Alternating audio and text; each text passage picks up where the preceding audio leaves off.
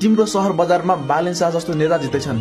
तिम्रो सहर बजारमा रवि लामिछाने जस्तो नेता जितेछन्। तिम्रो सहर बजारमा सुविता गौतम जस्तो नेता जितेछन्। तिम्रो सहर बजारमा सुरिम अग्नि जस्तो नेता जितेछन्। तर मेरो कडालीमा उही पुराना नेता जितेछन्। उही पुराना दल अघि आउँदैछन्। कारण मेरा ठाउँका जनता एकदम अशिक्षित। मेरा ठाउँको जनता अशिक्षित भन्न पनि कसरी भनौँ? त्यत्रो जेन्जी आन्दोलन देखेनन्, त्यत्रो मान्छे मरेका देखेनन्। मेरो ठाउँको जनता पैसामा बिक्छन्। जसले धेरै पैसा दियो उसलाई नै बुढाल्छन्। मेरो ठाउँ त्यत्तिकै पछाडि परेको होइन। मेरो कडाली त्यत्तिकै पछाडि परेको होइन। मेरो कडालीको जनता अझै अशिक्षित छन्। जनचेतनाको कमी छ। पैसामा बिक्छन्। म एक कडालीको मान्छे हुँ भन्न पनि लाज लागिरहेको छ। भन्छन् तिम्रो ठाउँमा उम्मेदवार कसले जित्यो?